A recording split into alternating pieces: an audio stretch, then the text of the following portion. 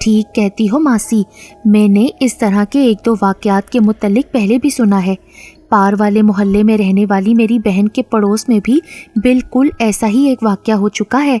یہ ضرور کسی ڈائن کا کام ہے۔ ایسی باتوں نے جمیلہ اور اس کی ماں کے دل کو دہلا کر رکھ دیا۔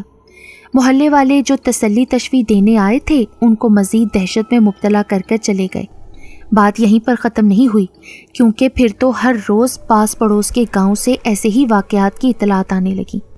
ہر چند روز کے بعد کسی نہ کسی لڑکی یا عورت پر حملہ ہوتا، اس کے بال کاٹ دیے جاتے اور لباس تار تار کر دیا جاتا، مگر حملہ آور کا کہیں سراغ نہ ملتا۔ وہ چھلاوے کی طرح کہیں سے نمودار ہوتا اور چھت پر تنہا لڑکی یا عورت پر حملہ کرتا، اپنا کام کرتا اور غائب ہو جاتا۔ جو بھی خواتین اس کا نشانہ بنی، سب نے بتایا کہ حملہ آور برقعے میں ملبوس ہوتا ہے اور اس کے ہاتھ میں شکاری خنجر ہوتا ہے۔ سارے گاؤں میں خوف و ہراس پھیل گیا۔ لوگ سر شام ہی گھروں میں بند ہو جاتے۔ نوجوان عورتوں کا باہر نکلنا اور تنہا چھت پر جانا محال ہو گیا۔ وہ چھلاوا نہ جانے کہاں سے نمودار ہوتا اور اپنے شکار کو نشانہ بنا کر نہ جانے کہاں گم ہو جاتا۔ زیادہ تر لوگوں کا خیال تھا کہ یہ کوئی چڑیل یا ڈائن ہے جو نوجوان عورتوں کے بال کاٹتی ہے، ان پر حملہ کرتی ہے۔ اس لیے تعویذ دھاگے کرنے والوں کا کام بھی خوب چمک اٹھا۔ پولیس اپنی روایتی ڈگر پر چل رہی تھی، اس لیے ان سے تو کوئی امید نہیں تھی۔ لوگوں نے اپنی بچیوں کی عزت بچانے کے لیے انہیں دوسرے گاؤں میں موجود اپنے رشتہ داروں کے گھر منتقل کرنا شروع کر دیا۔ اس عمل سے گاؤں میں خوف و ہراس زیادہ پھیل گیا تھا۔ بالآخر بات پولیس ہیڈ کوارٹر پہنچی تو حکام بالا نے معاملے کو سلجھانے کے لیے احکامات صادر کیے، مگر کوئی نتیجہ نہ نکلا۔ جب ٹرین اس چھوٹے سے ریلوے اسٹیشن کے پلیٹ فارم پر رکی تو رات کافی بیت چکی تھی۔ میں اپنا چھوٹا سا بیگ سنبھالتا ہوا ٹرین سے اتر آیا۔ میں نے آس پاس نظر دوڑائی تو معلوم ہوا کہ میں اس اسٹیشن پر اترنے والا واحد مسافر تھا۔ ٹکٹ چیکر تو بہت دور کی بات تھی، کہیں کوئی کلی بھی نظر نہیں آ رہا تھا۔ چند ہی لمحوں بعد ٹرین نے وسل بجائی اور اپنی اگلی منزل کی طرف روانہ ہو گئی۔ میں نے بھی اپنا بیگ سنبھالا اور اسٹیشن سے باہر آ گیا۔ مجھے امید تھی کہ اسٹیشن سے باہر کوئی ٹانگا یا رکشہ وغیرہ مل جائے گا، مگر یہاں تو ہر طرف الو بول رہے تھے، بلکہ شاید وہ بھی نہیں بول رہے تھے۔ ہر طرف اندھیرا چھایا ہوا تھا۔ چھوٹی سی پکی سڑک دور تک جا رہی تھی۔ میرا اندازہ تھا کہ یہ سڑک مجھے قصبے تک پہنچا دے گی۔ میں نے اپنا بیگ کندھے پر لٹکایا اور اللہ کا نام لے کر چل پڑا۔ ریلوے اسٹیشن کے آس پاس کھیت ہی کھیت تھے۔ یہ سڑک بھی کھیتوں کے بیچ سے گزر رہی تھی۔ میں محتاط انداز میں آگے بڑھ رہا تھا۔ میرا یہاں آنے کا ایک خاص مقصد تھا اور آنے سے پہلے مجھے خبر بھی مل چکی تھی کہ اس قصبے میں ایک برقع پوش ڈائن کی افواہ گردش کر رہی ہے جو نوجوان عورتوں کے بال اور کپڑے کاٹ جاتی ہے۔ اس لیے مجھے چوکنا رہنے کا مشورہ ملا تھا۔ یہ بات ٹھیک تھی کہ یہ سب وارداتیں صرف عورتوں کے ساتھ ہی پیش ہوئی تھیں، مگر میرا خیال تھا کہ اگر کسی جرائم پیشہ گروہ یا کسی مجرم کا کام ہے تو وہ کوئی بھی حرکت کر سکتے ہیں۔ تھوڑا آگے جانے کے بعد سڑک مغرب کی طرف گھوم گئی۔ اب سڑک کے دونوں طرف درخت نظر آ رہے تھے، جن میں اکثریت شیشم اور کیکر کے درختوں کی تھی۔ ان درختوں کے بیچ لمبے لمبے پتوں والے سرکنڈوں کے پودے سر اٹھائے کھڑے تھے، جن کی وجہ سے سڑک کسی سرنگ کا منظر پیش کرنے لگی تھی۔ میں اس مقام سے جلد گزر جانا چاہتا تھا۔ دور کہیں کہیں ٹمٹماتی روشنیاں قصبے کے وجود کا پتہ دے رہی تھیں۔ اچانک میری چھٹی حس نے مجھے کسی دوسرے شخص کی موجودگی سے خبردار کیا۔ میرے اٹھتے قدم سست پڑنے لگے۔ میرے کان گرد و پیش سے اٹھنے والی آوازوں پر پوری طرح مرکوز تھے۔ مجھے اپنے پیچھے ہلکی ہلکی چاپ سنائی دینے لگی۔ اب مجھے ایسی جگہ کی تلاش تھی جہاں میں اپنا تعقب کرنے والے کی خبر لے سکوں۔ تھوڑا آگے جا کر سڑک نے ہلکا سا بل کھایا۔ وہاں سرکنڈوں کی ایک گھنی جھاڑی تھی۔ وہاں مڑتے ہی میں نے ایک جست لگائی اور جھاڑی کے پہلو میں آگے شیشم کے ایک بڑے سے درخت کے تنے کے پیچھے دبک گیا۔ کچھ ہی دیر گزری تھی کہ ایک لمبا چوڑا شخص منہ پر کپڑا لپیٹے اور ہاتھ میں ایک لاٹھی پکڑے دبے پاؤں آتا نظر آیا۔ وہ آس پاس یوں دیکھ رہا تھا جیسے مجھے تلاش کر رہا ہو۔ یقیناً اسے تشویش تھی کہ میں اچانک کہاں غائب ہو گیا ہوں۔ جو ہی وہ میری زد میں آیا، میں نے ایک لمبی جست لگائی اور اسے رگیدتا ہوا دور لے گیا۔ وہ بھی ایک طاقتور شخص تھا۔ میرے وار کو سہ گیا، مگر لاٹھی اس کے ہاتھ سے نکل گئی۔ اس نے مڑ کر الٹے ہاتھ کی ایک ضرب میرے چہرے پر لگانے کی کوشش کی۔ میں نے جھکائی دے کر اس کا وار خالی جانے دیا۔ مگر پھر بھی اس کا ہاتھ میرے شانے پر پڑا اور میں لڑکھڑاتا ہوا پیچھے ہٹ گیا۔ وہ یقیناً ایک مضبوط آدمی تھا۔ موقع سے فائدہ اٹھاتے ہوئے اس نے لپک کر اپنی لاٹھی اٹھانے کی کوشش کی، مگر میں نے اسے یہ موقع نہیں دیا۔ میں نے اس کی ایک ٹانگ دبوچ لی، جس کی وجہ سے وہ الٹ کر سڑک پر جا گرا۔ اس کا سر زور سے زمین سے ٹکرایا تو ایک بلبلاتی ہوئی چیخ اس کے ہونٹوں سے نکلی۔ حیرت انگیز طور پر اس نے پلٹ کر دوسری ٹانگ میرے سینے پر دے ماری۔ میرے ہاتھوں سے اس کی ٹانگ نکل گئی اور میں کمر کے بل زمین پر گر گیا۔ مجھے گرتے دیکھ کر وہ شیر ہو گیا۔ بجلی کسی تیزی سے اٹھا اور سیدھا میرے اوپر آن گرا۔ میں نے اسے جھکائی دینے کی کوشش کی مگر بچ نہ سکا۔ اب ہم دونوں گتھم گتھا ہو چکے تھے۔ کچھ دیر یوں ہی ہم ایک دوسرے کو زیر کرنے کی کوشش کرتے رہے۔ آخر مجھے موقع مل ہی گیا۔ میں نے اس کا سر زور سے زمین پر دے مارا۔ ایک تیز چیخ کے ساتھ اس نے ہاتھ پاؤں چھوڑ دیے۔ میں نے فوراً اس کی گردن اپنے بازوں کے شکنجے میں دبا لی اور اپنا گھٹنا اس کی کمر پر رکھ کر اس کو بے بس کر دیا۔ کون ہو تم اور میرا تعقب کیوں کر رہے ہو؟ پہلے یہ بتاؤ تم کون ہو اور اتنی رات گئے کہاں سے آ رہے ہو؟ جواب دینے کی بجائے اس نے الٹا سوال کیا۔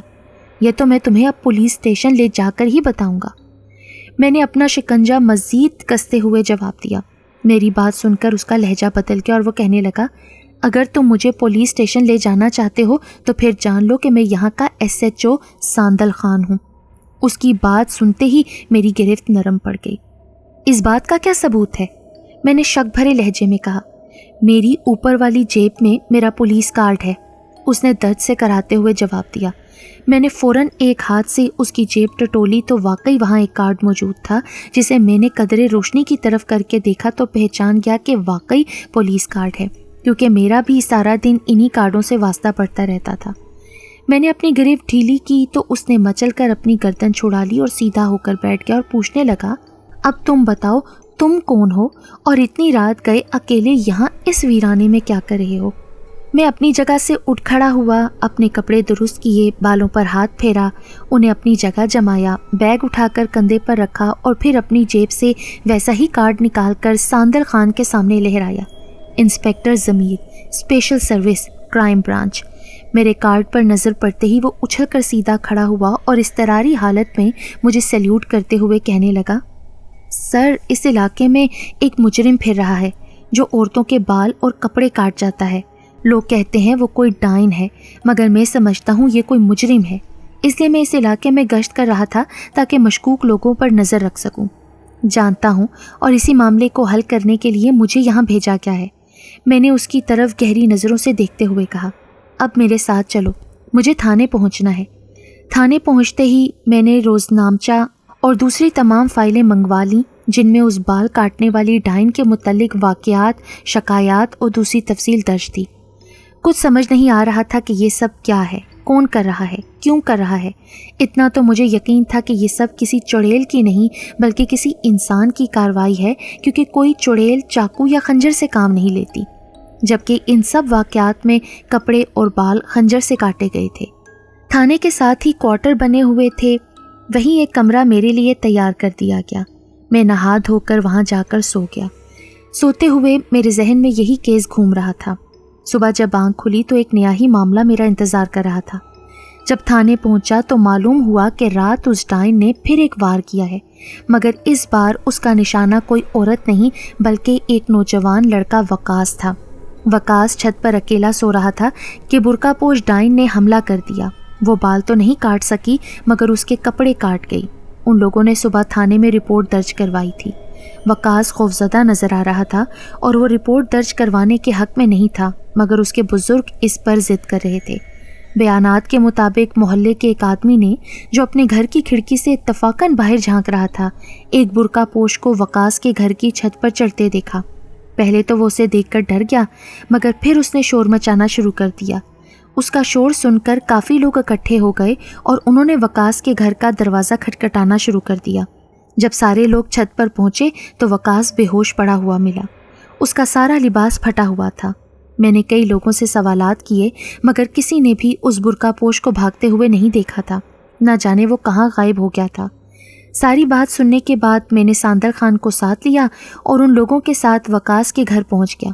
مقصد جائے وقوع کا معائنہ کرنا تھا، مگر میرے ذہن میں کئی سوالات تھے۔ میں نے ساری چھت کو اچھی طرح دیکھا۔ اس چھت سے گلی میں اترنا نہایت آسان تھا۔ 3 اطراف مکان تھے، گلی والی طرف کھلی تھی۔ اگر وہ برقع پوش اس طرف سے اوپر آیا تھا تو پھر وہ واپس کس طرف سے گیا اور اسے کسی نے جاتے ہوئے کیوں نہیں دیکھا؟ دوسرا اور اہم سوال یہ تھا کہ اس دفعہ اس برقع پوش ڈائن نے کسی عورت کی بجائے ایک نوجوان پر حملہ کیوں کیا تھا؟ میں نے وقاص سے کئی سوالات کیے مگر وہ کسی کا بھی تسلی بخش جواب نہ دے سکا۔ اس نے بتایا کہ وہ سو رہا تھا جب اس نے کسی کے چھت پر کودنے کی آواز سنی۔ آنکھ کھلی تو ایک برقع پوش چھت پر موجود تھا جس نے کوئی بات کیے بغیر خنجر سے اس پر حملہ کر دیا۔ وقاص نے بھاگنے کی کوشش کی مگر ٹھوکر کھا کر گر پڑا۔ سر زمین سے ٹکرانے کے باعث بے ہوش ہو گیا۔ جب ہوش میں آیا تو سارے اہل محلہ اس کے گرد اکٹھے تھے۔ جب میں تھانے واپس پہنچا تو میں نے کچھ سوچ کر ساندل خان کو وقاص پر نظر رکھنے کی خاص ہدایات کی۔ اس نے فوراً ایک تجربہ کار سپاہی کو اس کام پر مقرر کر دیا۔ مجھے وقاص پر شک ہو رہا تھا کہ وہ ضرور کچھ چھپا رہا ہے۔ حیرت کی بات یہ ہے کہ رپورٹ کے مطابق اس دن کسی اور جگہ اس ڈائن کا حملہ نہیں ہوا تھا، بلکہ کئی دن خیریت سے گزر گئے مگر لوگ ابھی تک خوفزدہ تھے۔ مجھے بار بار شک ہو رہا تھا کہ وقاص اس معاملے کو سلجھانے میں ہمیں مدد دے سکتا ہے۔ جب 3 دن گزر گئے اور جو سپاہی وقاص کی نگرانی پر مقرر تھا وہ کوئی خاص خبر نہ لا سکا تو میں نے خود ہی کوئی قدم اٹھانے کا فیصلہ کیا۔ اس رات میں نے ساندل خان کو ساتھ لیا اور وقاص کے گھر سے تھوڑی دور ایک ایسی جگہ چھپ کر بیٹھ گیا جہاں سے وقاص کے گھر کا دروازہ صاف نظر آ رہا تھا۔ ساندل خان کو اس کارروائی کی سمجھ نہیں آ رہی تھی۔ سر، آپ کو وقاص پر کیوں شک ہے؟ یہ بیچارہ تو خود اس ڈائن کا شکار بنا۔ ساندل خان، لگتا ہے تم پولیس میں چنے دے کر بھرتے ہوئے ہو۔ کیا تم نے یہ نہیں سوچا کہ آج تک اس ڈائن نے صرف عورتوں کو نشانہ بنایا، اب ایک دم اس نے کسی مرد کو نشانہ کیوں بنایا؟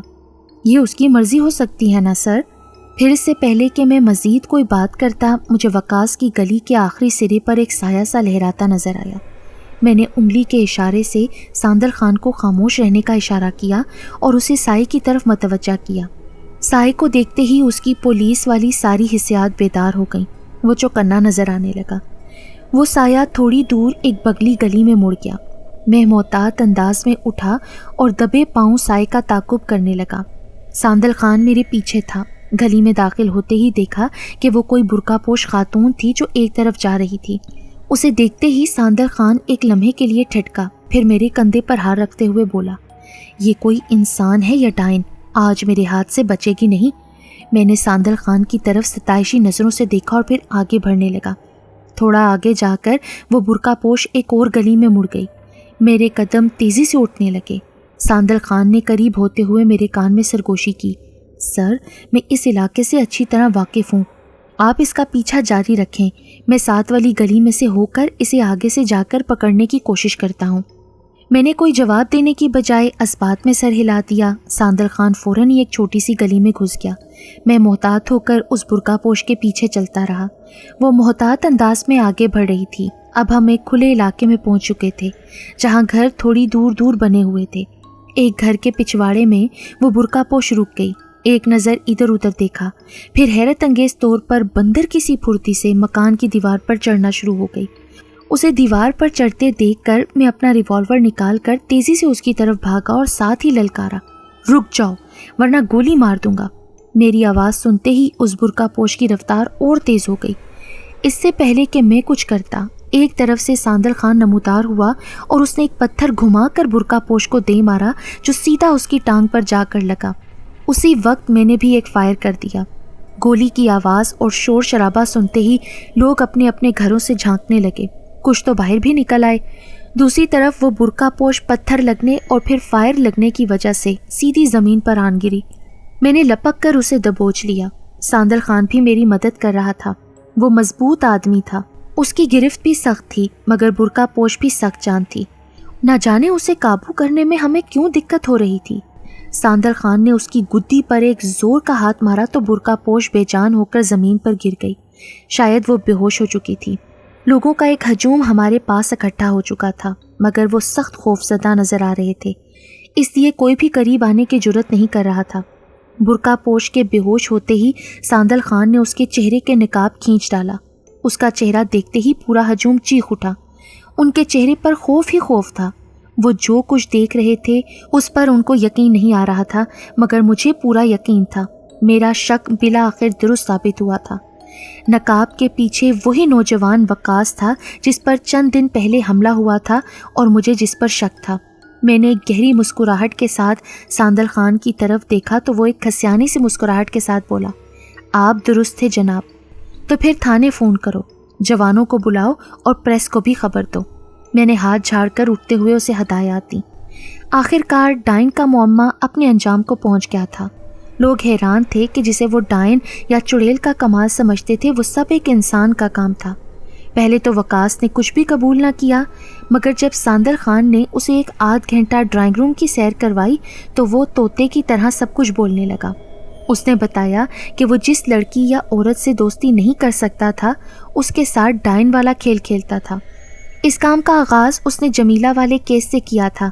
پہلے تو اس کا مقصد صرف اسے خوفزدہ کر کے اپنا مقصد حاصل کرنا تھا، مگر پھر اس کا حوصلہ بڑھ گیا اور اس نے اس پر حملہ کر کے غصے میں اس کے بال کاٹ ڈالے، مگر جمیلہ نے گلدان سے جو ضرب اسے لگائی تھی اس کی وجہ سے اسے وہاں سے بھاگنا پڑا۔ اس کے بعد اس نے ضد اور انا میں آ کر دوسری عورتوں اور لڑکیوں پر حملے شروع کیے۔ جب ان واقعات کا تعلق کسی ڈائن یا چڑیل سے جڑا گیا تو اس نے اپنی کارروائیوں کو مزید پراسرار بنا کر لوگوں کے اس وہم کو تقویت دینا شروع کر دی اور ان کے خوف سے فائدہ اٹھانا شروع کر دیا۔ مگر تم نے اپنے اوپر حملے کا ڈرامہ کیوں رچایا؟ ساندل خان نے سخت لہجے میں پوچھا تو وقاص کہنے لگا، اس رات میں اپنے ایک نئے شکار پر حملہ کرنے جا رہا تھا کہ اس بیوقوف پڑوسی نے مجھے دیکھ لیا اور شور کرنا شروع کر دیا۔ میں اس وقت چھت سے نیچے اتر رہا تھا، مگر وہ سمجھا کہ میں چھت پر چڑھ رہا ہوں۔ اس کا شور سن کر میں دوبارہ اپنی چھت پر واپس چلا گیا۔ مجھے یقین تھا کہ لوگ اس پڑوسی کا وویلا سن کر چھت پر ضرور آئیں گے، اس لیے میں نے خود ہی اپنے کپڑے پھاڑے، برقع اور خنجر اپنی جگہ پر چھپائے اور بے ہوش ہونے کی اداکاری کرنے لگا تاکہ لوگوں کی توجہ میری طرف ہو جائے اور وہ کوئی ایسی کارروائی نہ کریں جو میرے لیے مشکل بن جائے۔ ساندل خان نے اس کے کندھے پر مضبوطی سے ہاتھ رکھا اور اسے دباتے ہوئے بولا، بے وقوف مچھندر، تم تو اپنی کوشش میں کامیاب ہو ہی گئے تھے اگر ہمارے سر کو تم پر شک نہ ہو جاتا۔ میں اپنی جگہ سے اٹھا اور اس کے قریب آتے ہوئے بولا، مجرم جتنا مرضی چالاک ہو مگر قدرت اس کی مدد نہیں کرتی کیونکہ وہ جھوٹ کا سہارا لے رہا ہوتا ہے۔ اس کی بس ایک غلطی اسے مروا دیتی ہے۔ تمہارے ساتھ بھی ایسا ہی ہوا ہے، اب تم اپنے گناہ کی سزا بھگتو۔ اس کے بعد میں نے ہیڈ کوارٹر کو سارے معاملے کی رپورٹ بھیجی اور مجرم کی گرفتاری کی خبر دی۔ اس کے بعد میں اپنے کمرے میں جا کر لیٹ گیا۔ میرے دماغ سے ایک بوجھ اتر چکا تھا، اس لیے جلد ہی نیند کی وادیوں میں اتر گیا۔ میں دوسرے دن دوپہر کے بعد تک سوتا رہا۔ اس دوران میں ساندل خان نے مجرم کا چالان مکمل کیا، اسے عدالت میں پیش کر کے ریمانڈ کیا اور اسے جیل بھیج دیا۔ جاگنے کے بعد میں خود کو بہت ہلکا محسوس کر رہا تھا۔ شام کو ساندل خان میرے پاس آیا تو میں اپنا بیگ باندھ رہا تھا۔ مجھے دیکھتے ہی پوچھنے لگا، یہ کیا کر رہے ہیں سر؟ بس میرا کام ختم ہو گیا ساندل خان، کیس حل ہو گیا، اب مجھے واپس جا کر رپورٹ کرنی ہے۔ میں آپ کا بہت شکر گزار ہوں کہ آپ نے اس کیس میں میری مدد کی۔ میں چاہتا ہوں کہ ہم دونوں آج رات کا کھانا کسی اچھے سے ہوٹل سے کھائیں۔ اس کی سادگی دیکھ کر میں منع نہ کر سکا۔ شام کو وہ مجھے اپنے ساتھ ایک اوس درجے کے ریسٹورانٹ میں لے گیا جو اس علاقے کے لحاظ سے واقعی سب سے اچھا تھا۔ ہوٹل کا عملہ یقیناً ساندل خان کو جانتا تھا، اس لیے وہ اسے مکمل پروٹوکول دے رہے تھے۔ کھانا کھانے کے بعد جب ہم باہر نکلنے لگے تو میں نے ساندل خان کو یاد دلایا کہ اس نے کھانے کا بل تو ادا ہی نہیں کیا، تو وہ کہنے لگا، اس کی فکر نہ کریں سر جی، ان کے ساتھ میرا حساب چلتا ہے۔ پھر وہ ادھر ادھر دیکھتے ہوئے بولا، کھانے کے بعد پان مل جائے تو مزہ ہی آ جاتا ہے، آپ ادھر ہی رکیں، میں ابھی پان لے کر آیا۔ یہ کہتے ہوئے وہ ایک پان کی دکان کی طرف لپک گیا۔ میں ساندل خان کے انتظار میں کھڑا آس پاس یوں ہی دیکھنے لگا، وہاں بہت زیادہ رش نہیں تھا۔ اچانک میں چونک اٹھا۔ ہوٹل سے چند گلیاں آگے مجھے ایک مشکوک انسان نظر آیا، بلکہ اسے عورت کہیں کیونکہ وہ برقع اوڑھے ہوئے تھی۔ مجھے جس چیز نے اس کی طرف متوجہ کیا تھا وہ یہ کہ حالیہ واقعات کے بعد کوئی بھی اکیلی عورت شام کے بعد گھر سے نہیں نکلتی تھی، اور دوسرا یہ کہ عورت اس قسم کے برقعے میں ملبوس تھی جیسا وقاص اوڑھ کر ڈائن والے حملے کرتا تھا۔ وہ عورت مشکوک انداز میں ادھر ادھر جھانک رہی تھی۔ میرے اندر کا سراغ رساں بیدار ہونے لگا۔ وہ عورت مڑی اور تیزی سے گلی میں گھس گئی۔ میں فوراً اس کے پیچھے لپکا اور گلی کے سرے پر پہنچ گیا۔ وہ عورت تیز تیز قدم اٹھاتی گلی میں چلی جا رہی تھی۔ میں نے دیکھا کہ وہ گلی بالکل آگے سے بند تھی۔